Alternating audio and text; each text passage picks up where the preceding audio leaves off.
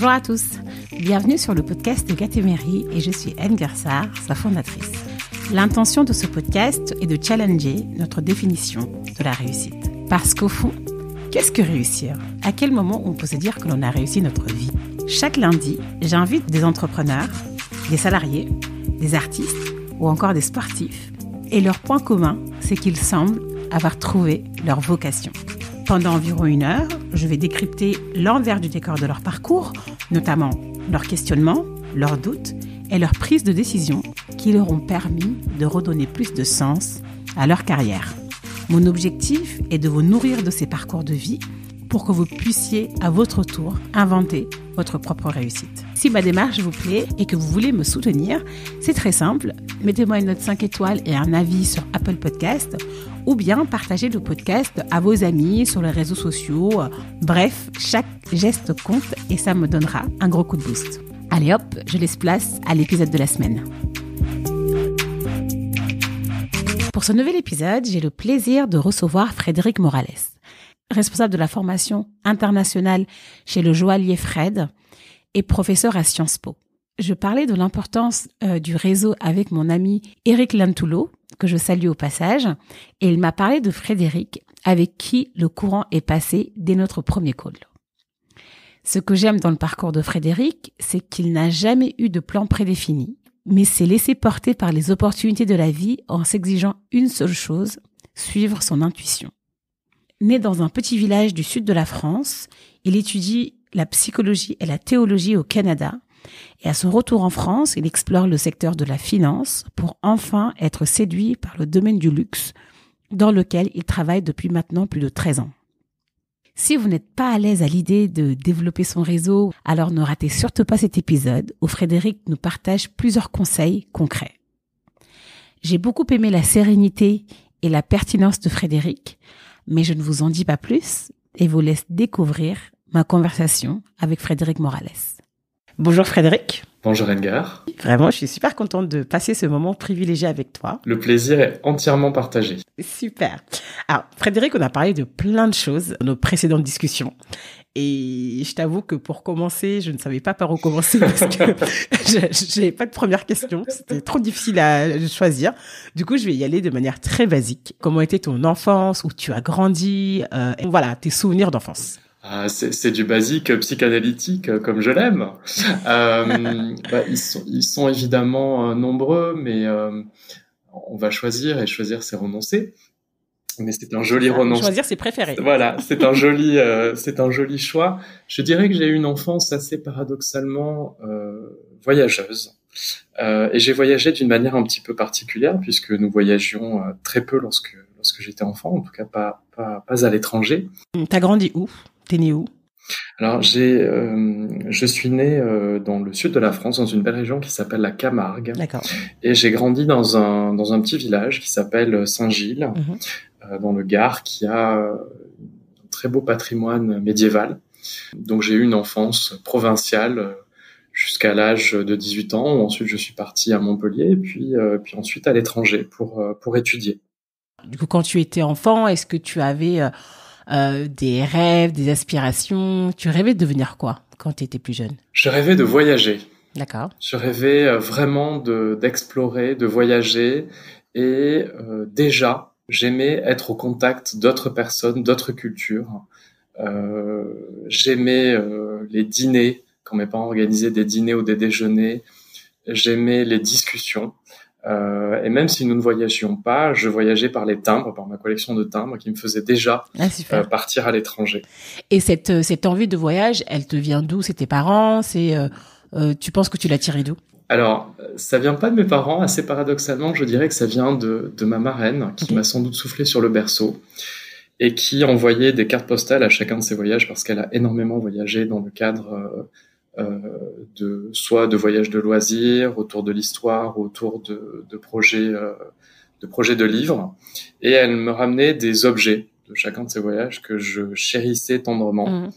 Et je savais déjà à l'époque que j'allais voyager. D'accord. Je savais pas comment, je sais pas quand, je savais pas où, mais peu importe. Et donc, à 18 ans, du coup, t'as ton choix d'études, tu l'as fait comment? je savais pas du tout, mais alors vraiment pas du tout quoi faire.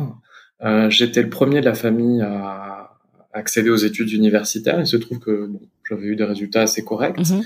Euh, et donc j'ai fait un DUT, un diplôme court qui m'a permis d'explorer plusieurs disciplines. En fait, la discipline que j'ai retenue, qui m'a vraiment plu, a été la psychologie. D'accord. Et je considère que mes études ont véritablement commencé lorsque j'ai étudié la psychologie et à la discipline à laquelle j'ai associé les religions. Et donc j'ai fait mes études à la fois au Royaume-Uni et au Canada. Et alors, de la psychologie, qu'est-ce qui t'attire là-dedans? Et du coup, tu as fait de la théologie, c'est ça? Alors, c'est de la théologie, mais dans un contexte laïque, dans un contexte universitaire, avec pour souhait finalement de comprendre quels sont les mécanismes en jeu dans les religions, et en l'occurrence les trois religions monothéistes, et plus particulièrement deux aspects, à savoir le rôle des femmes dans ces religions-là, et d'autre part les théologies alternatives, de voir qu'il n'y a pas une vérité mais plusieurs vérités. D'accord. Et ça, tu as fait ça à l'étranger, c'est ça? J'ai fait ça à l'étranger, j'ai étudié la psychologie et la théologie au Royaume-Uni et à Montréal au Canada. D'accord. Et par exemple, le fait de partir au Royaume-Uni et au Canada, c'était un choix qui a été dicté entre guillemets par tes études, ou c'est parce que tu voulais aller dans ces territoires-là? Alors, je me suis jamais vraiment laissé dicter des choix. Le Royaume-Uni, ça venait du fait que j'avais rencontré des Anglais et je les avais trouvés éminemment sympathiques et je savais que la qualité de l'enseignement universitaire au Royaume-Uni était bonne. Le Canada, c'est un petit peu plus drôle. C'est une anecdote assez amusante. Après une année au Royaume-Uni, donc je me retrouve dans le bureau des échanges universitaires pour choisir la destination de ma deuxième année. Et beaucoup de destinations s'offrent à moi. Il y avait un joli programme d'échange. Et je trouve un cours sur la psychologie du bilinguisme qui était à l'époque offert à l'université McGill à Montréal. D'accord. Et c'est quoi? Alors, justement, ne connaissant pas la psychologie du bilinguisme, mais trouvant le sujet très intéressant, je me dis, voilà, c'est là qu'il faut aller. Je veux savoir de quoi il en retourne au sujet de la psychologie du bilinguisme. D'accord. J'arrive à Montréal, le cours n'est plus offert et je suis resté 4 ans à Montréal. Ah, ok. et du coup, t'as fait quoi? Et pendant 2 ans, j'ai poursuivi ma licence à Montréal. Et pendant cette licence-là, j'ai commencé à travailler comme assistant de recherche dans un laboratoire de recherche à l'université. Et suite à l'obtention de ma licence, j'ai été embauché comme gérant du laboratoire, c'est-à-dire que je m'occupais à la fois de toute l'administration, mais aussi de la qualité des données, de former, et on va y revenir, mais déjà de former les assistants de recherche au projet que nous faisions qui portait sur la résilience chez les enfants et les adolescents. D'accord, intéressant. Et du coup, à la suite de ça, toi, à cette époque-là, comment tu voyais ton avenir professionnel, tu vois, ou à quoi tu aspirais, vers quoi tu tendais? Est-ce que tu te souviens de ton état d'esprit? Alors, oui, je me souviens à un moment donné devoir choisir soit la piste du doctorat, après cette recherche-là, donc doctorant en psychologie clinique, soit rentrer en Europe et faire autre chose. Et plutôt que de désespérément chercher la réponse à mes questions, je l'ai laissée venir. Elle est venue tout naturellement. Je me rappelle très bien, un soir, me promener dans Montréal, sur la rue Sherbrooke, j'ai un souvenir très très précis, lever les yeux au ciel, voir les bâtiments et me dire, il est temps d'entrer en Europe. Ah oui, d'accord. C'était très gut feeling, quoi. Ouais, sans fracas, sans mélodrame. La décision est venue à moi, donc je suis rentré en Europe. Et là, j'ai travaillé en fait en communication, donc pour une agence de com et de traduction pendant 2 ans. D'accord. Tout de même, comment tu passes du laboratoire à com? Comment tu fais ce switch? Mais pourquoi t'es allé vers la com? T'avais une envie particulière? C'est pas le même domaine quand même. C'est pas le même domaine, mais déjà je travaillais dans un domaine très multiculturel, et il se trouve qu'à l'époque, une partie de ma famille donc qui avait cette agence de com et de traduction, j'ai senti avait besoin de moi, j'avais quelque chose à leur apporter, et moi j'avais besoin d'elle aussi. Et donc les choses se sont faites très très naturellement, assez paradoxalement. Je pense qu'à l'époque, ça n'avait sans doute ni queue ni tête. Sauf qu'aujourd'hui, avec la sérénité des années, il y a une sorte de fil rouge qui consiste à finalement écouter son intuition. Et ce qui n'était pas un discours que j'aurais pu du tout tenir à l'époque, mais que je tiens avec une grande sérénité aujourd'hui, finalement d'être ouvert à ce qui nous est offert. Je suis en phase avec toi sur le fait d'écouter son intuition et on nous le rabâche souvent, enfin pas rabâcher, on nous le répète souvent, parce que rabâcher c'est comme si c'était négatif. On nous le rappelle souvent qu'il est important d'écouter notre intuition, mais concrètement, comment tu fais attention aux signes? Tu vois, si par exemple tu devais me donner 2-3 tips pour des personnes qui te disent voilà, moi je ne sais pas écouter mon intuition, je suis très focus raison, parce que c'est un peu ça, c'est cette dichotomie qu'on fait souvent. Oui, ouais, dichotomie entre raison et feeling entre guillemets. Comment t'écoutes ton intuition? Comment tu fais? C'est une vraie question que tu poses là, qui est de savoir finalement entre la raison et l'intuition, qu'est-ce qui va primer. Dans mon cas, j'ai constaté, et ça m'a pris un petit peu de temps, que finalement, j'avais une intelligence intuitive et que les réponses me venaient avant le chemin vers cette réponse-là. Et qu'il était beaucoup plus difficile pour moi d'essayer de construire un chemin plutôt que de laisser finalement la réponse venir à moi et ensuite de construire ce chemin-là. D'accord. Ça, c'est un élément. Deuxième élément, les discussions, les échanges, de se dire finalement qu'il y a dans la vie des boussoles, des personnes, on peut les appeler des boussoles, des mentors, des personnes en qui on peut avoir entièrement confiance, avec qui j'ai échangé sur ces sujets-là, sur ces questions, et d'être ouvert aux réactions des uns et des autres. Et ça, je pense que c'est important. D'accord. Et ça, du coup, on va y revenir tout à l'heure sur les mentors, comment créer une relation avec eux aussi, parce que ça, c'est une question qui revient souvent. Me dire que c'est pas ça, mais on va y revenir. Tu fais de la com pendant 2 ans. Donc là, pendant 2 ans, je suis en Europe. Je fais déjà en fait du télétravail. Avant l'heure. Avant l'heure. Et je fais 2 constats. Premièrement, que mes connaissances business sont très empiriques et très basiques.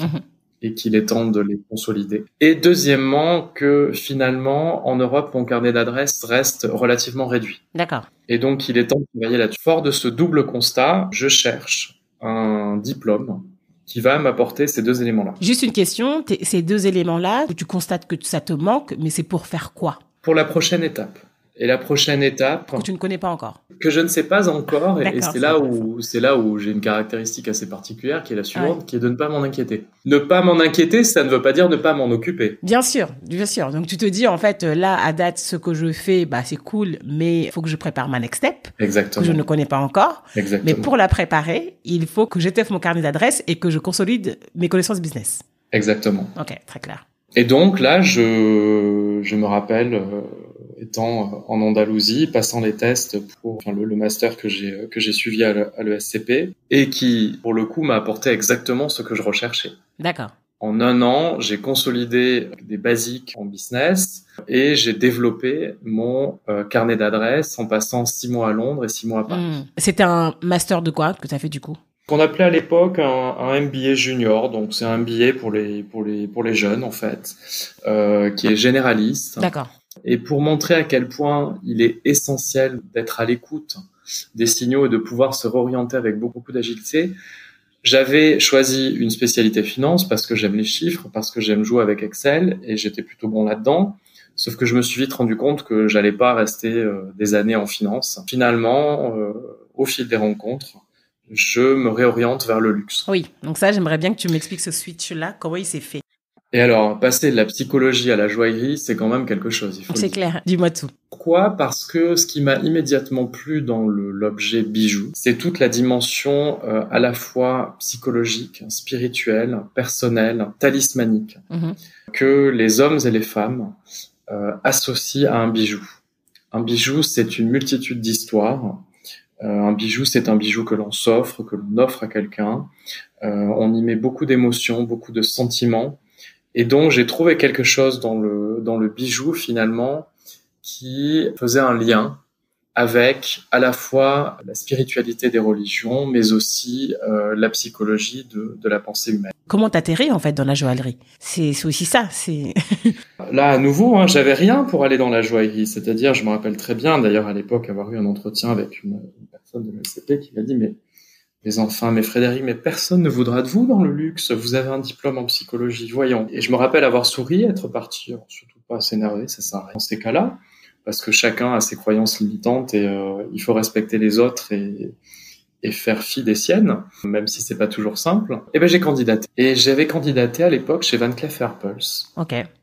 En 2008. Et je me rappelle très bien de l'entretien. On m'avait testé sur deux, trois éléments liés au luxe. Il se trouve que j'avais pu répondre. Et puis surtout, à l'époque, j'arrivais quand même en étant bilingue français-anglais. Et ça intéressait. Puis je pense que voilà, j'étais un profil atypique. Pourquoi pas? Et j'y suis resté 6 ans. Quand tu arrives, tu sais, je me dis toujours, on peut toujours faire entre guillemets, ce coup de poker, tu vois, se dire, allez, on tente notre chance, on est audacieux, on rentre dans un milieu qu'on ne connaît pas. Ok? Oui. Mais une fois que tu arrives sur place, une fois que tu arrives dans ton nouveau job et que tu ne connais pas l'univers, comment tu t'y prends concrètement? Est-ce que tu as 2-3 conseils à donner sur ça, sur voilà, quand on arrive dans un univers qu'on ne connaît pas, comment on se fait nos premières armes? Alors, arriver dans un nouvel univers, et en fait, chaque rencontre est un nouvel univers, chaque nouveau job, chaque nouvelle entreprise est un nouvel univers. Pour moi, c'est premièrement observer. Observer au-delà de ce qui concerne cet univers. Observer comment les gens se comportent, ce qu'ils disent, le vocabulaire qu'ils utilisent, la manière dont ils se saluent, la manière dont ils s'habillent. C'est vraiment observer finalement ce spectacle humain qui s'offre à nous. Au-delà du métier. Et puis, c'est montrer beaucoup de curiosité, c'est-à-dire que quand on commence à travailler dans la joaillerie, eh bien, on fait le tour de la place Vendôme, on va se renseigner, on pousse les portes des joailliers, de la concurrence. C'est connaître aussi la concurrence pour bien distinguer la singularité de l'entreprise, de la maison pour laquelle on travaille. Et ça prend du temps. Ça prend du temps, ça prend une intention, une posture basse. Je pense que ça prend aussi de l'humilité. Et puis, ça prend l'art de la conversation, c'est-à-dire poser des questions aux gens.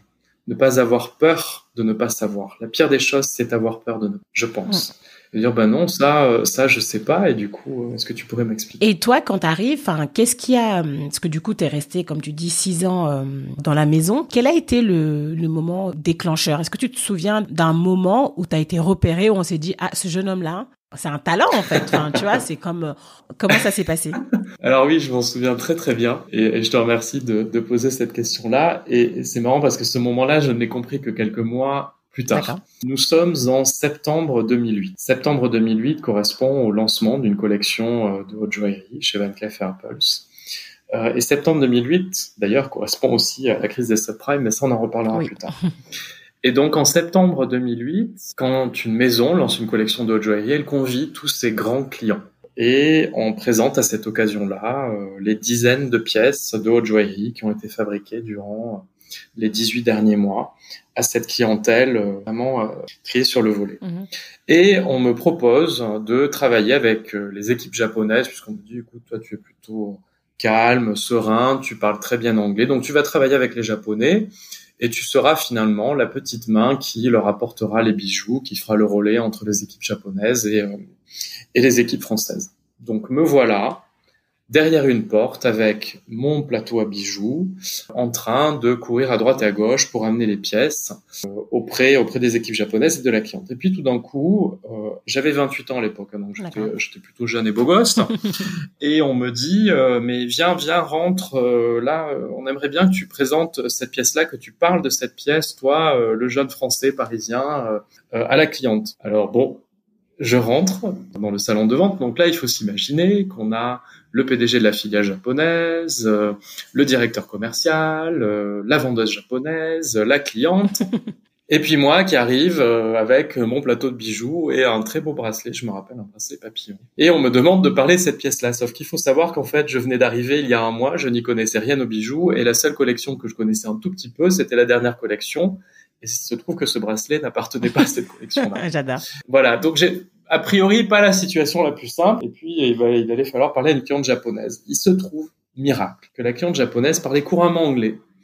Et donc plutôt que de lui parler du bracelet, je commence à lui poser des questions. Ah, mais votre anglais est vraiment excellent, vous avez un accent américain, vous avez vécu aux États-Unis. Mais oui, j'ai fait mes études aux États-Unis. Ah, mais c'est marrant, j'ai fait mes études au Canada. Et là, on commence à papoter. Évidemment, parce que j'étais pas là pour lui vendre un bracelet, j'étais là d'abord pour établir un lien. Et une fois qu'on avait établi ce lien-là, je lui ai parlé du bracelet. Et puis, sauf que je lui ai pas parlé du bracelet en tant que tel, je lui ai parlé de ce que ce bracelet-là allait lui faire vivre. Et surtout, je l'ai invité à se lever, à bouger avec ce bracelet, à pas rester statique. Bref, ce moment-là était un peu suspendu dans le temps. Je sais pas combien de temps je suis resté. Ce dont je me rappelle, c'est au début quand même m'être dit j'y vais pas, et puis me dire après tout, je n'ai rien à perdre, donc j'y vais. C'est clair. Et ce n'est que quelques mois après qu'on m'a dit mais tu sais, pendant ce rendez-vous avec la cliente japonaise, c'est quand même toi qui as fait la vente. Là, pas du tout, j'ai pas fait la vente, j'ai juste conversé avec une cliente japonaise qui était au demeurant fort sympathique. Voilà, non, mais vraiment, tu as extrêmement contribué. Les équipes japonaises nous ont expliqué à quel point ton rôle avait été clé. Bon, très bien. Bref, il se trouve que ça a contribué effectivement au fait que je reste dans la maison. Et surtout, à partir de ce moment-là, j'ai jamais hésité en fait à discuter avec les clients, que ce soit des millionnaires, des milliardaires. Ce sont des gens comme nous qui ont leurs histoires comme nous, qui ont leurs rêves, leurs déceptions.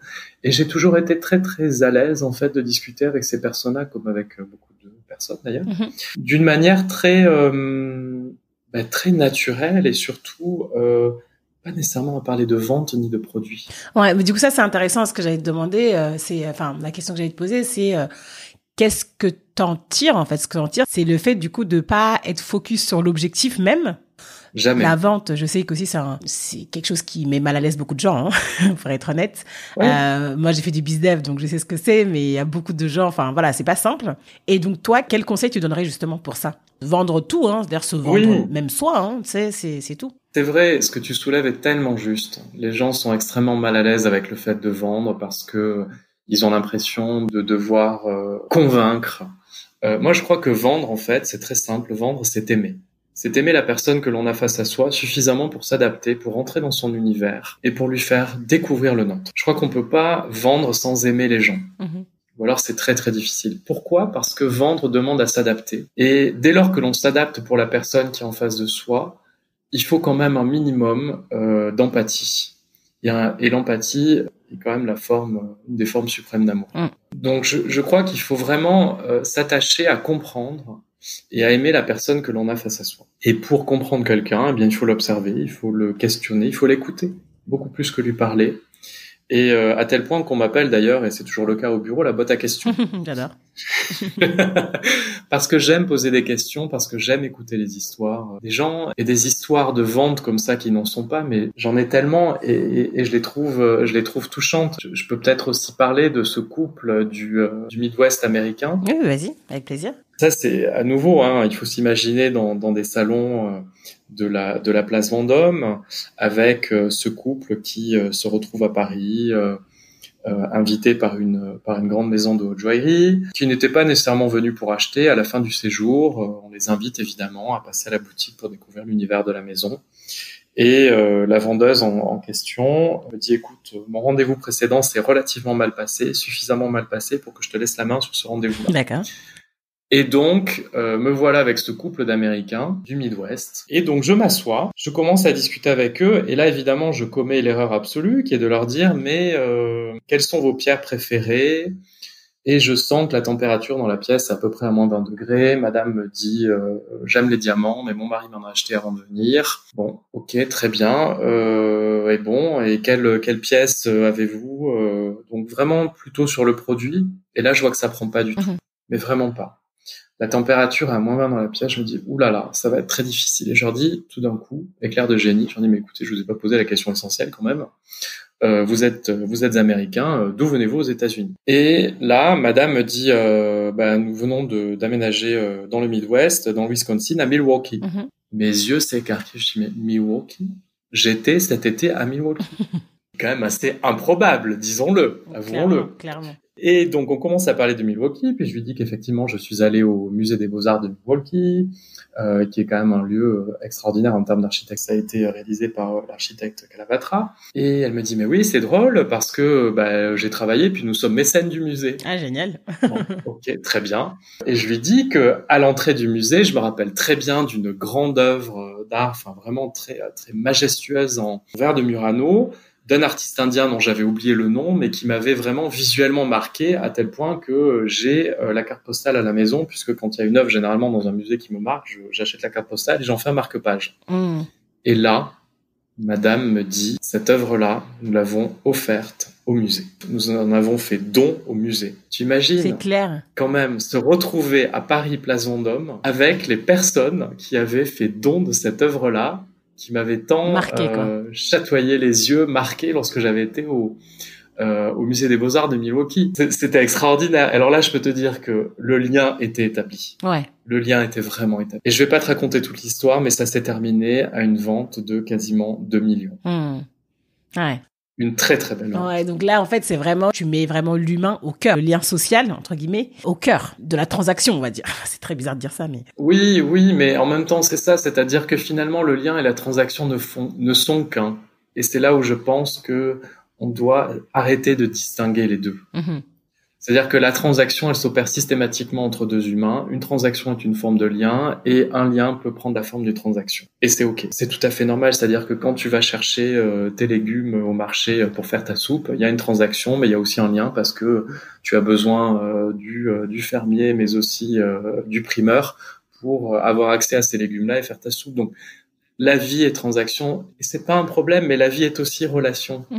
C'est-à-dire que s'arrêter à l'aspect transactionnel serait se priver de tellement de choses, de tellement de bonheur, de tellement de rencontres. Ah, c'est clair. Tu es dans le luxe, dans la vente pendant un moment, mais ensuite tu changes de métier. Alors oui, mais ma particularité justement est de ne jamais avoir été vendeur et d'avoir vendu. D'accord. C'est-à-dire que mon rôle était vraiment d'accompagner les vendeurs. J'étais un peu le docteur. Le docteur en relation client. Plus c'était compliqué, plus on me demandait. Et c'est comme ça, finalement, que je suis tombé dans la formation. Parce que je faisais déjà de la formation et du coaching sans le savoir. Est-ce que tu peux me raconter justement ça? Comment ça s'est fait concrètement? Tu vois, comment... parce que là, tu étais chez Van Cleef & Arpels, mais après, tu es passé chez Chanel, où tu as fait aussi 6 ans à peu près. Tout à fait. Toujours dans le luxe aussi. Ça aussi, j'aimerais comprendre pourquoi le luxe. Tu vois, pourquoi le luxe t'attire le relationnel, etc. Tu m'as parlé de l'aspect des bijoux. Mais est-ce que tu es toujours resté dans la joaillerie chez Chanel aussi? Alors, chez Chanel, je suis resté dans la joaillerie. D'accord. C'est marrant, justement, cette transition vers la formation. Je vais te raconter une anecdote. J'avais été à l'époque contacté par un cabinet de recrutement qui me parle justement d'un poste à la formation chez Chanel. Et ne connaissant pas ce métier, j'explique à la personne que je suis pas sûr que ça m'intéresse parce que moi, donner des cours de langue aux collaborateurs, ça m'éloigne un peu du business.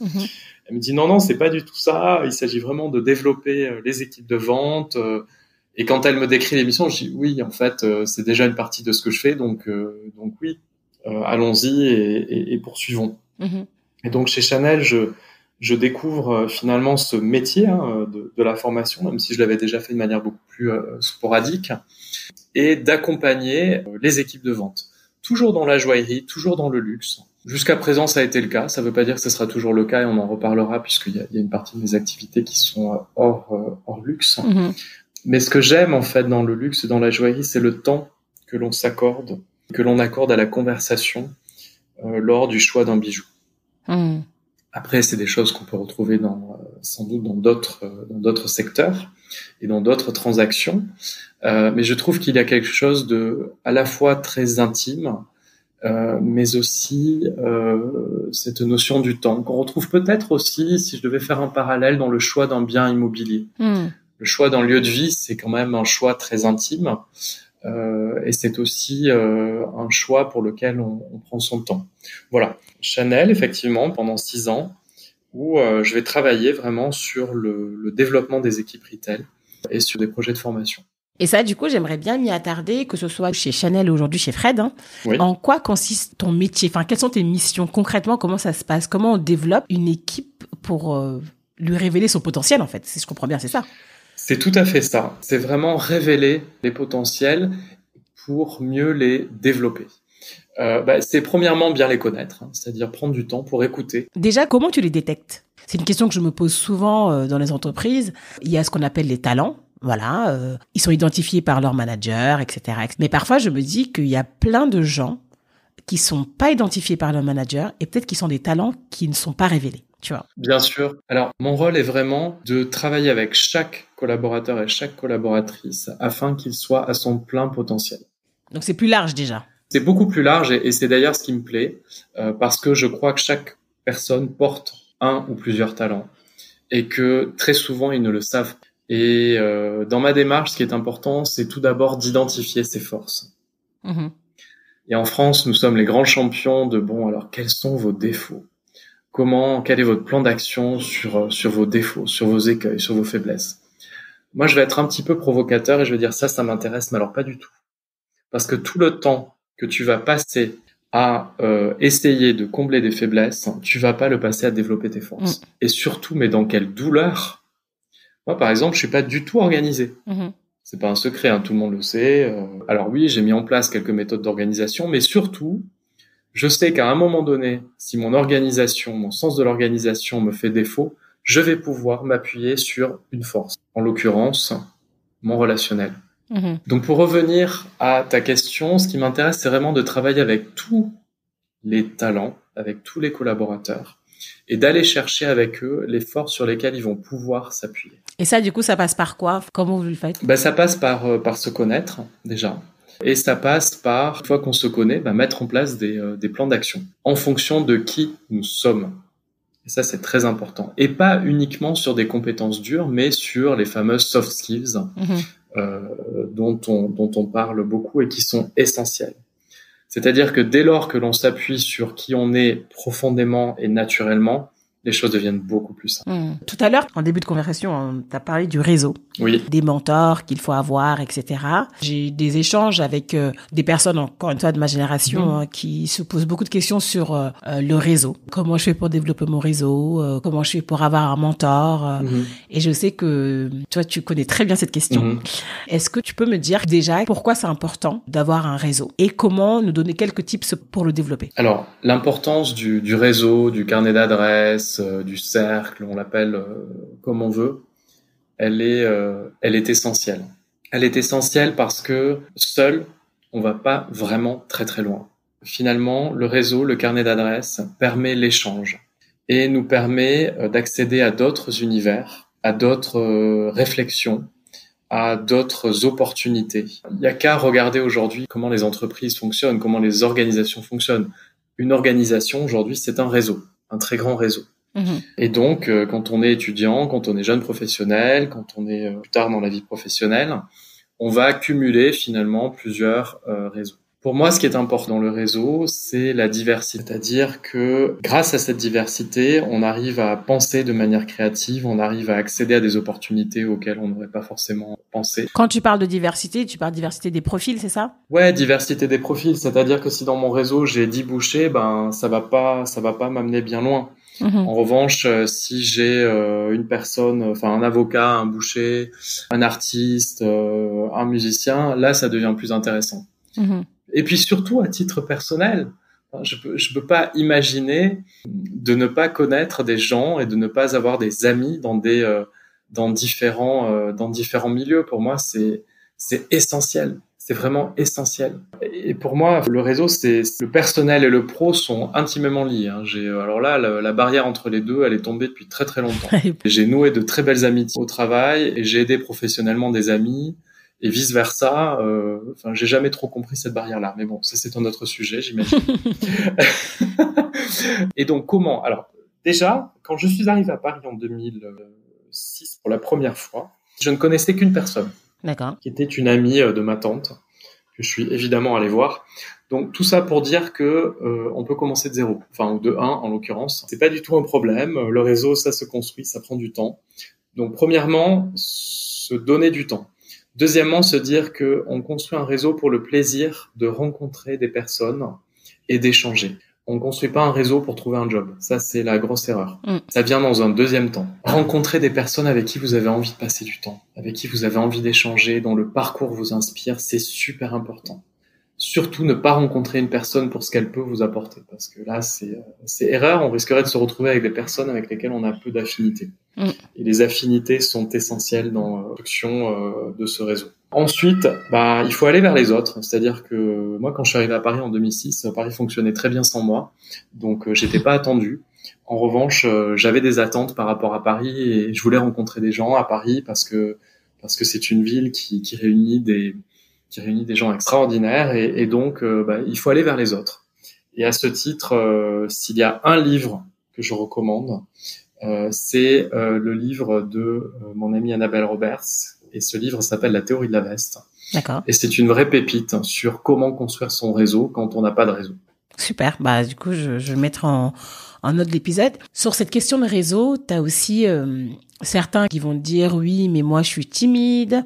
D'autres vont te dire oui, mais moi j'ai pas les mêmes réseaux d'école, parce que c'est un sujet. Faut quand même le dire. On part pas de la même case de départ, quoi. Tu vois. C'est vrai. Ça, c'est une réalité. Faut quand même le dire. Et moi, je le répète souvent sur ce podcast. C'est vrai que je parle beaucoup d'école, etc. Mais je parle aussi beaucoup d'égalité des chances, de diversité. Et c'est aussi une réalité, mais qui n'est pas une fatalité. Je suis entièrement d'accord avec. Et donc, sur ça, personnes qui se disent, j'ai pas le réseau d'école, par exemple, et qui se disent, dans ce cas-là, je peux pas avoir de réseau. Moi, je suis pas d'accord. Mais toi, quel est ton avis là-dessus et quel conseil tu pourrais donner à ces personnes? En fait, ce serait tristement sous-estimer la générosité des gens. Et ça, c'est très bien expliqué dans la théorie de la veste, c'est-à-dire que si tu contactes 100 personnes, il y en a 70 qui ne vont pas te répondre. C'est vrai. Sauf que pour les 70 qui vont pas te répondre, il y en a 30 qui vont te répondre. Et c'est cela qui nous intéresse. Il y a vraiment des gens généreux dans ce monde. Et par la loi des grands nombres, enfin, quand je dis grand nombre, 100, c'est pas non plus un si grand nombre, on va arriver à toucher des personnes qui seront tout simplement ravis de vous aider. Parce qu'il y en a. Moi, j'ai eu des personnes, en 2006, j'avais pas de réseau d'école, je connaissais personne à Paris, c'était avant le SCP. Eh bien, je peux te dire qu'il y a des gens qui sont vraiment prêts à aider. Bien sûr. Pas par culpabilité, pas par sentiment de pitié ou quoi que ce soit, juste parce que c'est bon d'aider. Oui. C'est bon d'être généreux et on a tous à y gagner. Et je pense que c'est important de faire passer ce message-là et de se dire que oui, en l'absence d'école, en présence d'une timidité, faut y aller. Il faut y aller parce que peu importe les vestes que vous allez vous prendre, il y aura des gens qui vont vous répondre. Et ça, alors là, par contre, j'ai des exemples, mais en grand nombre. Moi, je le vois rien qu'avec mon podcast. En réalité, certes, dans mes invités, il y a des gens que je connais, donc c'est simple de les avoir, mais il y a d'autres personnes que je ne connais pas du tout, à qui j'envoie un message sur LinkedIn et ils me répondent, la vie est belle, quoi. c'est simple. Et les gens me disent, waouh, mais comment tu fais, etc. En fait, je ne fais rien. C'est-à-dire que ok, il y a un réseau que je construis après depuis longtemps, et ça, encore une fois, faut juste le comprendre tôt, je pense. L'histoire du réseau, il faut le comprendre tôt. Et comme tu dis, je rebondis sur ce que tu dis, il faut que ce soit sincère. Il faut que ce soit sincère, et puis ce que j'entends beaucoup de la part des étudiants aussi, c'est dire oui, mais je vais contacter ces personnes-là, j'ai rien à leur offrir. Et là, j'ai deux réponses. Premièrement, c'est pas vrai. Quand vous offrez votre écoute, et quand vous demandez conseil, vous donnez du sens à des personnes qui ont réussi. C'est-à-dire que avoir réussi finalement et ne pouvoir aider personne, à quoi bon?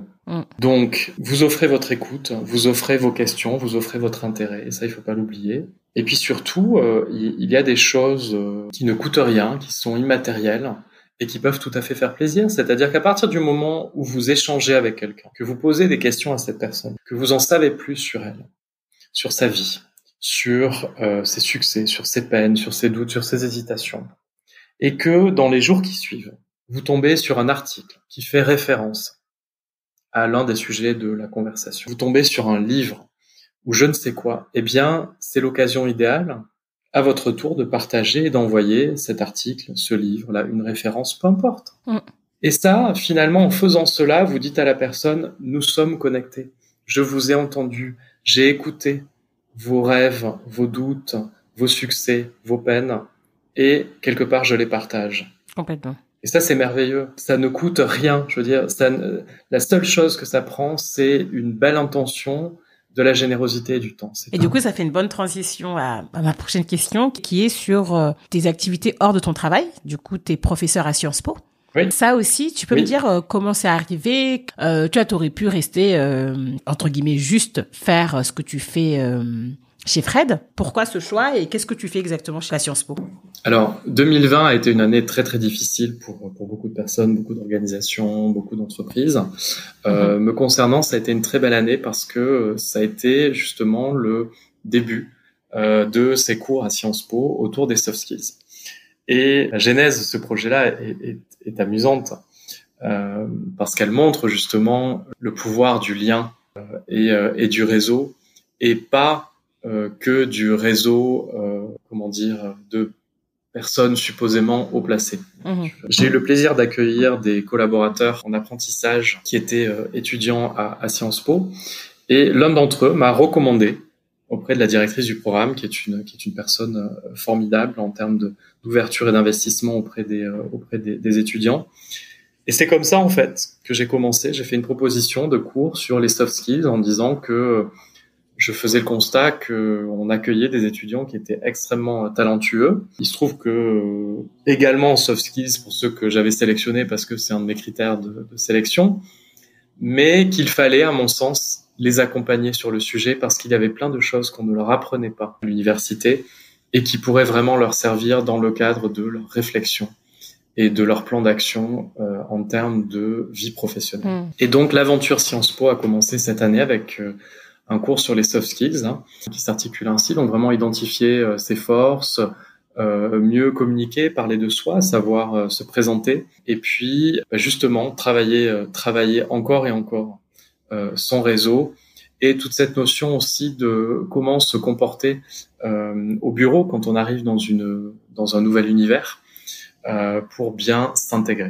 Super, très très clair. Et donc, il y a une question que je pose souvent dans le podcast, c'est celle autour du sweet spot, tu vois, de cet endroit où on se sent à sa place. Donc, est-ce que tu peux me dire, Frédéric, en quoi tu te sens à ta place avec tout ce que tu fais aujourd'hui? Alors, pour moi, le sweet spot, il y a un moment très précis que je vis, que j'ai la grâce de vivre assez régulièrement, qui est d'être témoin d'une prise de conscience. Et que cette prise de conscience chez la personne ou les personnes face à moi va les amener finalement vers plus de bonheur, vers plus de succès et de réussite. Et ça, c'est un moment extraordinaire.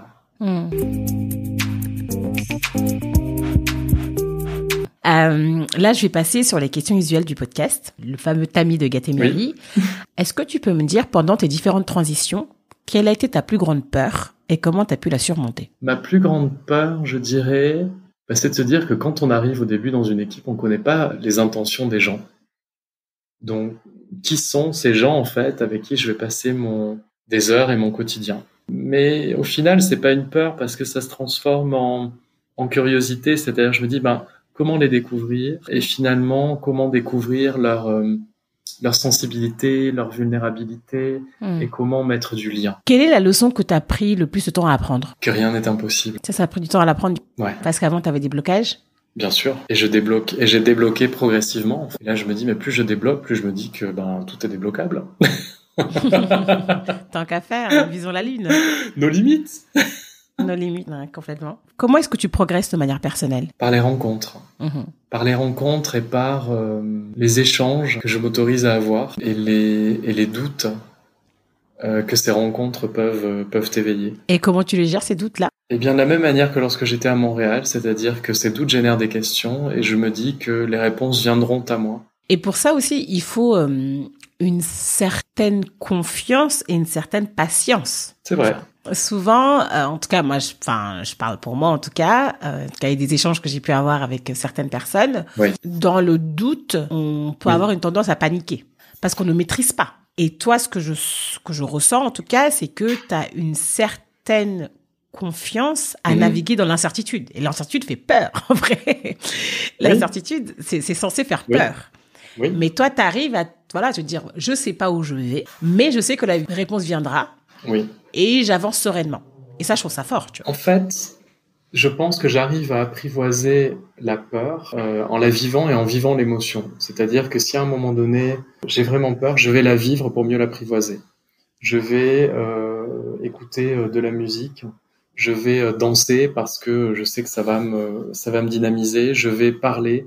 C'est-à-dire qu'il y a vraiment des mécanismes qui aident à dompter la peur. Et puis dans tous les cas, qu'est-ce qui peut bien se passer de pire? Qu'est-ce qui peut m'arriver de si terrible? Vraiment, que peut-il se passer? Le ciel va pas me tomber sur la tête, comme auraient dit nos amis les Romains. Complètement. Quel est le meilleur conseil qu'on t'ait donné? Le meilleur conseil qu'on m'ait donné. Ose. Qu'est-ce que la réussite pour toi? La réussite pour moi, c'est de bien se connaître pour arriver à être heureux et aider les autres à être heureux. Ça rejoint ton sweet spot, un peu. Oui. Donc il y a cette notion d'amour dans la réussite. Ouais, complètement. Est-ce que tu as quelque chose à ajouter? Un mot de la fin, un conseil, voilà, quelque chose que tu veux partager en plus, de la générosité de partager déjà. Bah écoute, ce serait peut-être d'exprimer une forme de gratitude, une gratitude envers toutes les personnes justement qui m'ont fait confiance et qui continuent de me faire confiance et qui m'ont accompagné. Et elles sont nombreuses. Et de dire que elles ont joué un rôle et elles continuent de jouer un rôle essentiel. Et que je souhaite à chacun de bien s'entourer. Super. Et si les auditeurs veulent te joindre ou te suivre, où est-ce qu'ils peuvent le faire? Alors, ce sera, c'est sur LinkedIn. Et puis après, comme je dis toujours à mes étudiants, plutôt WhatsApp que mail. D'accord. Donc, je vais pas donner ton numéro de téléphone. On va se calmer un peu. Donc, je vais donner... Mais si tu as des demandes, tu peux le transmettre. Il y a aucun souci. Bien sûr, je vais le faire.